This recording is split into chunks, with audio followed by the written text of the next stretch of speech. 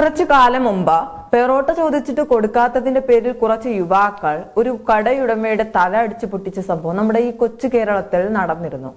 അതിന് സമാനമായ മറ്റൊരു വാർത്തയാണ് ഞാൻ നിങ്ങളോട് പങ്കുവെക്കുന്നത്. കടമായി ഒരു സിഗരറ്റ് ചോദിച്ചു, അത് നൽകാത്തതിനെ തുടർന്ന് കടയുടമയെ റോഡിലിട്ട് മർദ്ദിച്ചിരിക്കുകയാണ് ഒരു കൂട്ടം യുവാക്കൾ.